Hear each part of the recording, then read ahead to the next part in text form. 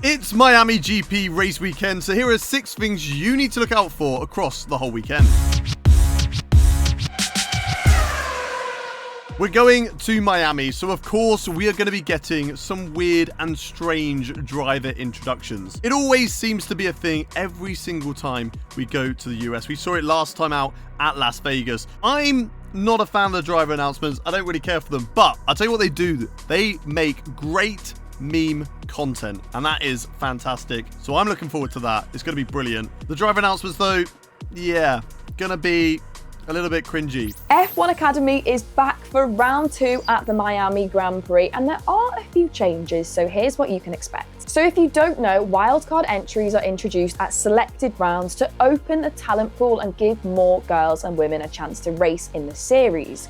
So for the Miami Grand Prix, the wildcard entry is Courtney Crone, an American racing driver, and she's joining Prema Racing and QVC. Love this, F1 Academy. It will also be a sprint race weekend for this weekend. And whilst we've only had one weekend of this new sprint race format, it's going to be interesting to see how it works out at Miami. Miami's a track that hasn't really been that entertaining over the last couple of seasons. Will a sprint race make that any different? Or will it just show us what the race is going to be like before we inevitably get a dull race on the Sunday? The new format isn't really that interesting. It's just a shortened version of what we're getting later on in the weekends. You have a quali, which is pretty much the same, just slightly shorter, and then a sprint race, which is pretty much the same, just slightly shorter. Ferrari are making a bit of a change, maybe less drastic than what we thought initially. They brought out a limited edition collection with Puma, which takes us back to their heritage. No, it's not red merch. It's blue. However, there were a few mixed opinions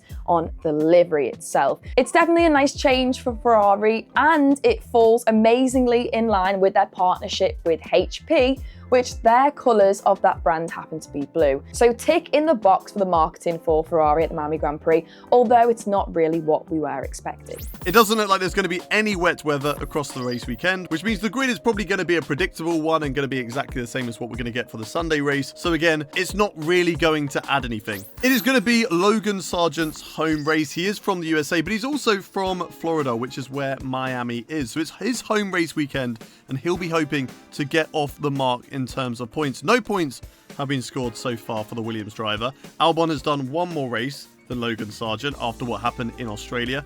So can Logan Sargent bounce back? His form hasn't been the best, and if you compare him against the likes of Alex Albon, he's been lacking in that department. But, you know, the home crowd spurring him on, that could be just what is needed for Logan Sargent to prove to Williams why maybe he should deserve a seat for 2025. Only time will tell. We'll just have to wait and see what he does. What are your opinions on the Miami Grand Prix and all of the points that we have listed in this video? Let us know in the comment section down below, and make sure you subscribe to the WTF1 channel, and we'll see you on the next one.